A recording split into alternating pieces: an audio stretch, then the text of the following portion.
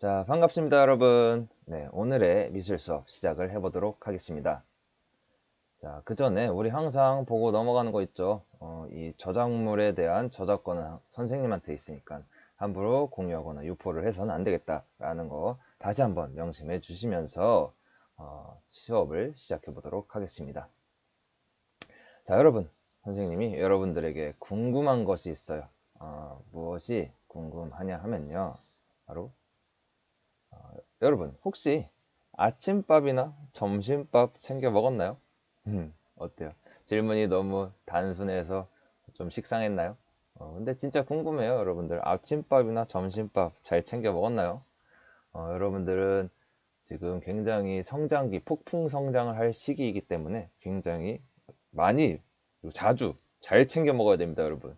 아시겠죠? 네. 근데 그렇다고 먹지만 말고, 운동도 같이 겸해 주신다면 아주 폭풍 성장을 쑥쑥 하실 거예요. 어쨌거나, 아침밥이랑 점심밥 먹었으리라고 생각을 하면서 또 하나 질문을 해볼게요. 음, 여러분 혹시 밥 먹었다 했죠? 밥 먹었는데 반찬으로 뭘 먹었나요? 반찬. 선생님은 오늘 점심에 학교에서 급식을 먹었는데 급식에 닭봉이 나온 거예요. 아, 정말 기가 막혔습니다. 기가 막히고 코가 막혔다, 진짜. 선생님이 치킨을 굉장히 좋아하거든요. 치킨 없이는 못 사는데 이 치느님을 영접했던 그 순간 오늘도 어김없이 아주 은혜를 받고 가게 되었죠. 아주 맛있었어요. 여러분들도 맛있는 반찬 잘 챙겨 먹었으리라고 생각을 하고 진짜 꼭 아까도 얘기했지만 잘 먹고 운동 열심히 해서 쑥쑥 폭풍 성장 하시길 바라겠습니다. 선생님이 왜 이런 얘기를 하냐? 이 질문을 위해서였어요. 어떤 질문이냐? 여러분, 밥을 챙겨 먹었던 행위가 과거일까요? 현재일까요? 음, 지금 먹는 거 아니고요. 먹었던 행위가 어떤 것일까요? 과거일까요? 현재일까요? 바로 과거죠. 선생님이 모르고 은연중에 흘려버렸는데, 밥을 먹었던 행위는 이미 지나간 일이기 때문에 과거죠, 과거. 네. 과거인데, 또 하나 질문을 해볼게요. 여러분, 과거에 일어났던 사건이나 경험, 기록 등을 무엇이라고 부를까요? 음, 어렵다. 그렇죠. 힌트는요, 두 글자예요. 두 글자. 두 글자로 얘기를 해주시면 되는데, 그것의 정답. 벌써 똑똑한 친구들은 대답을 잘 해준 것 같아요. 그것의 정답은요, 바로 역사입니다. 역사. 그쵸. 지나간 과거의 행적을 나타내는 것이 바로 역사인 거죠, 역사. 선생님은 역사하면 떠오르는 구절이 있어요. 역사하면요, 이런 구절이 떠오릅니다. 역사를 잊은 민족에게 미래는 없다. 와, 정말 기가 막힌 명언이 아닐 수가 없습니다, 여러분. 선생님이 굉장히 감동을 받은 명언인데, 여러분들, 역사를 잊으면 안 돼요. 역사는 정말 중요한 거기 때문에 우리 학교에서도 역사 수업 있죠. 역사 수업 열심히 들으시고 역사 공부 열심히 하셔서 우리나라를 빛내주시길 바라겠습니다. 역사 공부하면서 미술도 흥미 가져주시고 미술 공부도 열심히 해주는 여러분의 모습 기대를 해보도록 하겠습니다. 자, 어쨌거나 미술 수업인데 왜 역사 얘기를 자꾸 하는 거야? 라고 궁금증이 슬슬 불러 일으키기 시작한 것 같아요. 궁금증을. 자, 선생님이 왜 자꾸 역사 얘기를 했냐 하면요, 이 질문을 위해서였습니다. 어떤 질문이냐 하면요, 여러분, 미술에도 역사가 있을까요? 미술에도 역사가 있을까? 맞아요, 여러분들. 당연히 미술에도 역사가 있죠. 미술에도 역사가 있는데 미술의 역사 뭐라고 부르냐 하면요, 바로 미술사라고 부릅니다. 미술의 역사를 바로 미술사라고 부르는 것이에요. 자, 미술사. 뭔가 감이 오죠, 그쵸? 맞아요. 오늘 우리가 미술사에 대해서 배울 예정입니다. 미술사 중에서도요, 지역으로 구분이 된다고 했었죠. 동양권 미술에 대해서는 동양미술사가 있고요. 서양권 미술에 대해서는 서양미술사가 있겠죠. 이 둘 중에 우리는 1학기 때 조선미술사에 대해서 조금 배웠었고 2학기 때는요 우리 서양미술사에 대해서 배우는 시간 갖도록 할 거예요. 자, 그러면 오늘의 학습 목표 안내를 해보도록 하겠습니다. 오늘의 학습 목표는요, 첫 번째, 서양 미술사의 흐름을 이해하고 설명할 수 있다라는 첫 번째 학습 목표를 가지고 와봤습니다. 여러분들 오늘 수업이 끝나면요, 여러분들 서양 미술사의 흐름에 대해서 배우게 될 것이고요, 그것을 이해할 수 있게끔 되는 것이 오늘 첫 번째 목표예요. 수업 끝난 뒤에 여러분들 친구나 가족, 친지한테 너 서양 미술사 좀 알아? 너 서양 미술에 대해서 조금 아세요? 모르는 것 같은데? 난 좀 아는데 내가 어떻게 조금 설명 좀 해줘 볼까? 라고 할 수 있을 정도로 되는 것이 오늘의 첫 번째 학습 목표가 되겠습니다. 자, 그리고 두 번째 학습 목표는요, 미술 용어와 지식을 활용하여 탐구 보고서를 작성할 수 있다 라는 학습 목표를 가지고 와봤어요. 여러분 지금 수행평가로 수행평가를 진행을 하고 있죠. 수행평가로 여러분들이 지금 그 서양 위대한 화가들 서양편을 지금 진행을 하고 있는데, 서양화를 재구성하는 그리고 탐구보고서를 작성해보는 그런 수행평가를 진행하고 있잖아요. 그럴 때 여러분들이 서양화를 재구성할 때나 탐구보고서를 작성을 할 때 오늘 수업이 보탬이 될 겁니다. 보탬이 될 거니까 여러분들 4차 시에 걸쳐서 실기가 진행이 된다 했었죠. 그 동안에 이 수업을 온라인 수업 때 들어가면서 지식을 축적시키고 그 다음에 그것을 그림에 반영해보는 그런 슬기로운 그리고 지혜로운 수업이 되길 바라면서 여러분들 그러면 보다 집중해서 수업을 들어주시면 고맙겠습니다. 아시겠죠? 그리고 그것을 목표로 해서 선생님이 이렇게 두 가지 학습 목표를 가지고 와본 것이에요. 자, 그러면 본격적으로 오늘 수업 진행을 해보도록 하겠습니다. 자, 첫 번째로 선사시대 미술이 있어요. 선사시대 미술. 이 선사시대가 언제냐 하면 구석기 시대랑 신석기 시대를 의미하는 거죠. 굉장히 완전 옛날이죠. 그러면 그것에 대해서 얘기를 나눠보도록 할게요. 사실 여러분들이 이걸 알아주시면 좋을 것 같아요. 선사시대 미술은요, 문화이자 장르로서의 미술이 아니에요. 네. 그러니까 한마디로 미술사의 시작이라고 볼 수는 없다라고 얘기를 나오고 있어요. 얘기가. 그래서 조금 애매한 부분이 있다. 왜냐하면요, 그것이 이 선사시대 미술이라는 게 주술적인 의미로서 많이 활용이 되었다라고 보기 때문에 문화이자 장르로서는 발달이 되지 않았다라고 보는 측면도 있기 때문에 이거를 시작으로 두기에는 조금 정확치 않은 것 같습니다. 그렇기 때문에 선사시대 미술의 시작이 아니다라고 생각을 해주시고 넘어가시면 되는데, 왜 그런지 한번 볼게요. 여기 밑에 그림을 보면 알타미라 동굴벽화라는 게 있죠.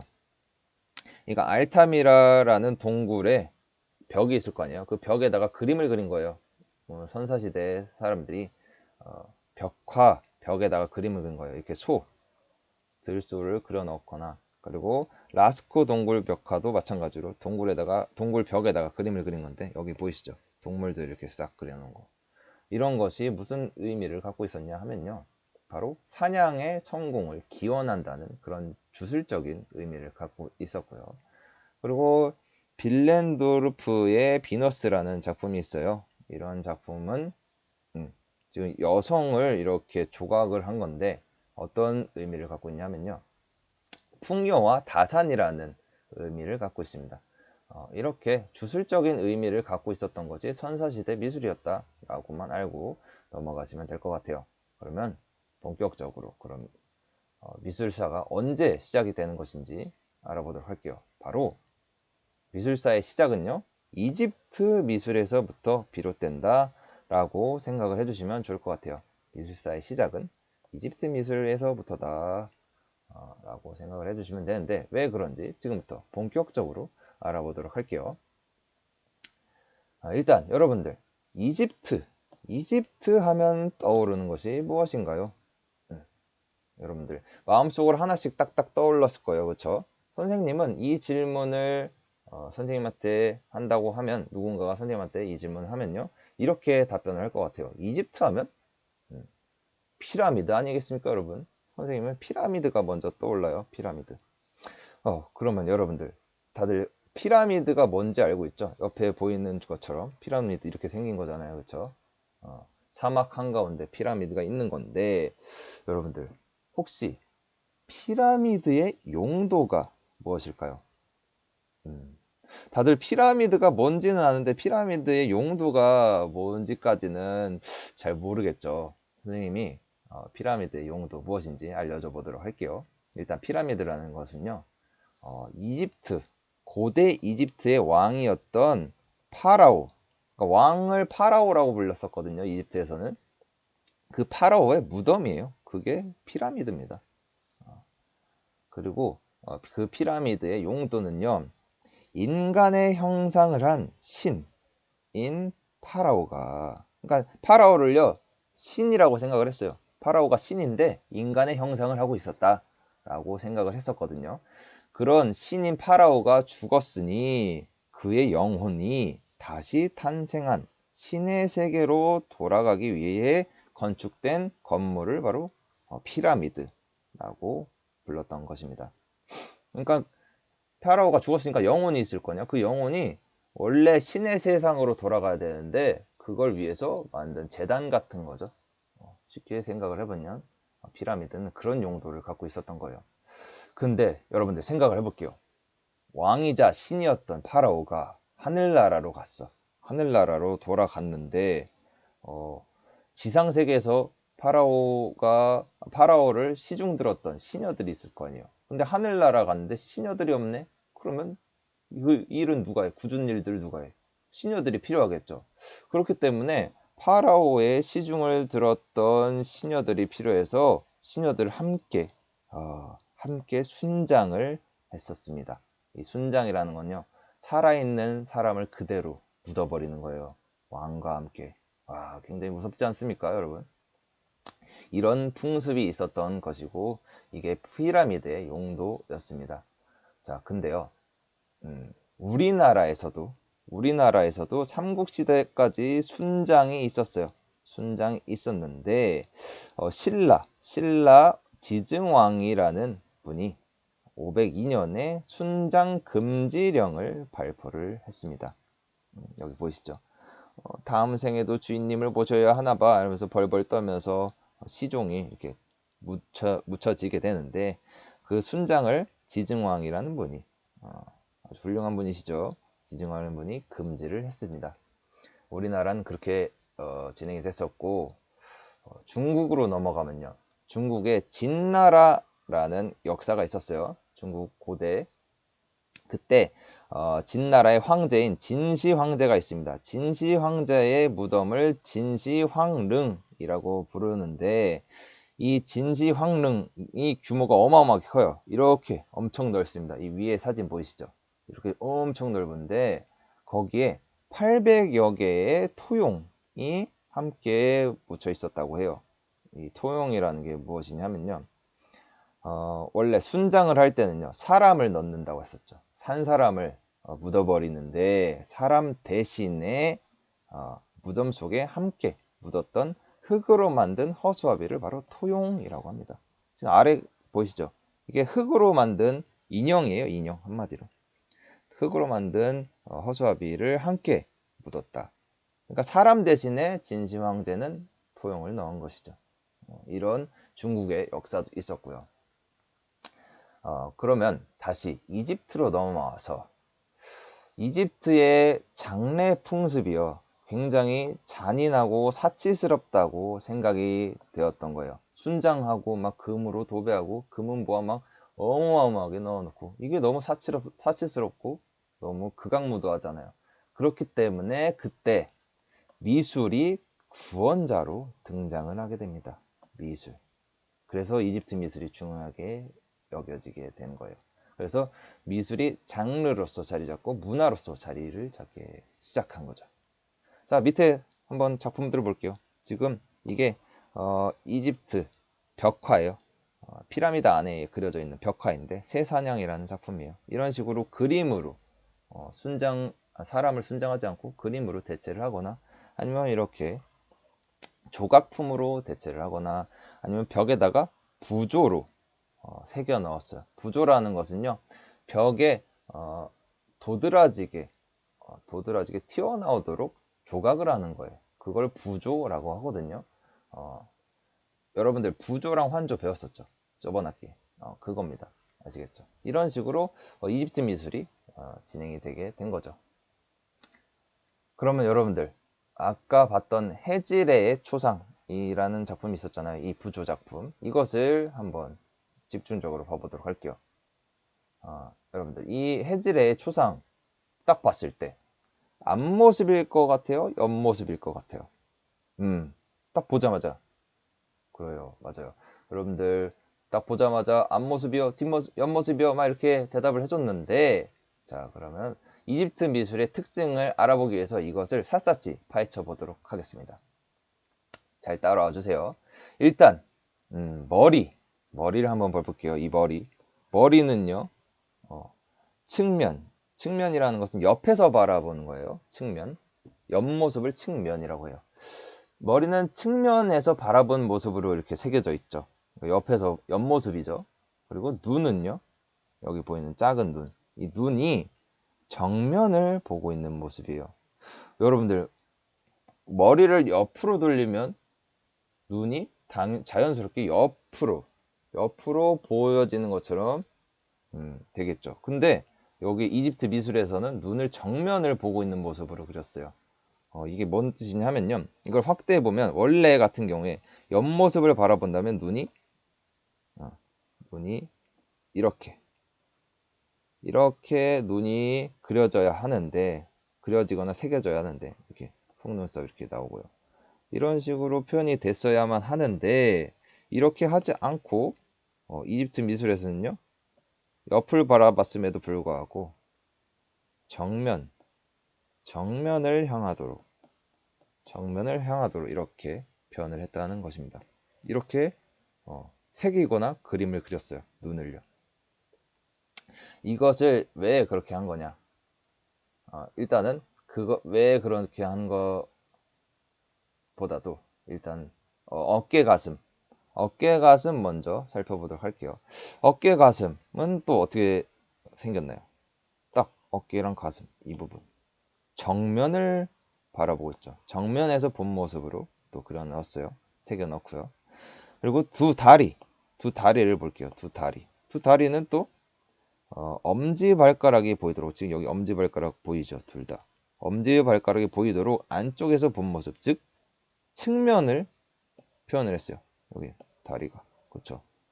그리고 발도 옆에서 본 모습으로, 측면에서 본 모습으로 표현을 했어요. 이렇게 표현을 한 게 굉장히 여러분들에게 익숙치 않게끔 표현이 됐다. 그쵸? 이게 바로 이집트 미술의 특징이에요. 이집트 미술은요, 인체 표현의 규칙이라는 것이 존재했습니다. 이집트 미술은요, 이렇게 규칙에 따라서 표현을 했었어요.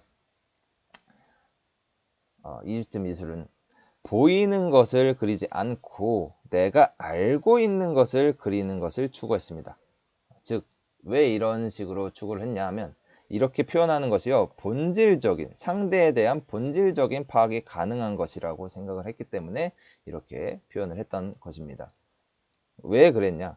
대상의 완전한 정보를 가장 중요시했기 때문에 이렇게 표현을 했다고 해요. 그러면 이렇게 표현을 하다 보면 미화되지 않고 본연 그대로의 정보를 그려 넣을 수 있게 되는 거죠. 이렇게 말로만 하면 이해가 안 되니까 선생님이 예시를 한번 그려줘 보도록 할게요. 여러분들 한번 선생님이 퀴즈를 내볼 테니까 한번 맞춰보세요. 자, 선생님이 그리는 게 뭔지 맞춰보도록 할게요. 자, 여러분들 이게 뭐게요? 돼지코라고 생각하는 친구들이 있겠죠. 자, 그러면 여러분들 이건 뭘까요? 도넛 아니에요, 여러분들. 일단은 한 번 더 그려보도록 할게요. 자, 지금 선생님이 그리는 거 뭔지 맞춰볼게요. 자, 어때요? 이거는 사람의 옆모습을 그린 것처럼 생겼죠. 아, 여러분들 아주 소름 돋게도요. 이 세 개가 모두 같은 것입니다. 이것은요. 이 돼지코처럼 보이는 것은 아래에서 인간을 아래에서 바라봤을 때 이 몸에 발이 붙어 있는 것처럼 그린 거고요. 이 도넛처럼 생긴 거는요. 위에서 인간을 위에서 바라봤을 때 이 몸 부분이고 머리 달려 있고 이렇게 표현이 된 거예요. 그리고 여기 보이는 건 옆모습이죠. 네. 모두 다 이 세 개 다 인간을 사람을 그려 넣은 거예요. 그래서 사람은 옆에서 봐야 본질적인 파악이 된다고 생각을 했던 거예요. 이집트 사람들은. 그래서 사물의 특징을 나타내는 본질적인 각도를 이집트 사람들은 추구를 했고, 그래서 벽화나 이런 부조 작품들의 옆으로 사람을 옆으로 새겨 넣거나 그려 넣었던 것입니다. 아시겠죠? 대상을 완전하게 파악하기 위해서 그렇게 표현을 했다라고 알고 계시면 되겠습니다. 자, 그러니까 아까 우리가 살펴봤던 것처럼 이집트 미술은요, 엄격한 규칙에 따라 각 부위의 가장 완전한 정보를 보여주는 시점을 조합해서 표현을 했던 거예요. 또다시 선생님이 예시를 한번 얘기 나눠보도록 할게요. 선생님이 연못을 그릴 겁니다. 지금부터 연못을 이렇게 딱 그렸어. 어때요? 이게 연못 같나요, 여러분? 수평선만 이렇게 딱 긋는다고 해서 이게 연못인지 뭔지 알 수가 없죠. 완전한 정보를 그려야 돼. 완전한 정보를 주려면 연못은요, 보통 네모나게 돼 있죠. 네, 이렇게 봤을 때, 아, 이게 연못이구나 라고 느낄 수가 있는 거예요. 일자로 짝대기 하나 긋는다고 해서 연못이라고 생각하기 힘들죠. 그래서 연못은요, 옆에서 그리면 못 알아보고 위에서 그려야 연못의 특징이 드러나기 때문에 연못을 이렇게 네모나게 그리게 되는 거죠. 완전한 정보를 주기 위한 시점이 바로 위에서 봤을 때 완전한 정보를 줄 수 있는 시점이 되는 거죠. 자, 그러면 이 연못 안에요, 물고기와 오리가 있는 모습을 한번 그려보도록 할게요. 지금 연못 위에서 바라보고 있는데 물고기와 오리는 어떻게 그려 놓아야 될까? 이렇게 그리면 될까요, 여러분? 이렇게 그리는 게 이렇게 그리는 게 물고기와 오리 같나요? 아니죠. 물고기와 오리는 정확한 정보를 주려면 옆에서 보는 시점을 그려야겠죠. 이렇게 그려야 물고기구나. 그리고 이렇게 그려야 오리구나 라는 게 보이겠죠. 이렇게 옆으로 그려줘야지만 뭔지 이해가 되죠. 그렇죠?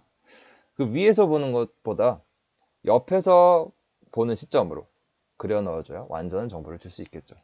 자, 그러면 여러분들 연못 주위에 나무가 심어져 있다라고 가정을 하고 나무를 그려보도록 할게요. 자, 연못 위에서 바라보는데 나무 그릴 때 이렇게 그려야 될까요? 이렇게 동그라미로?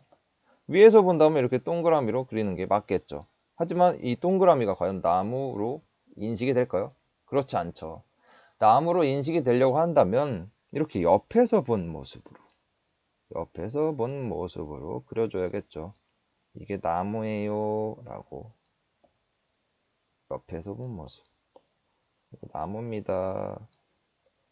네, 이렇게 그려줘야 나무인지 알겠죠.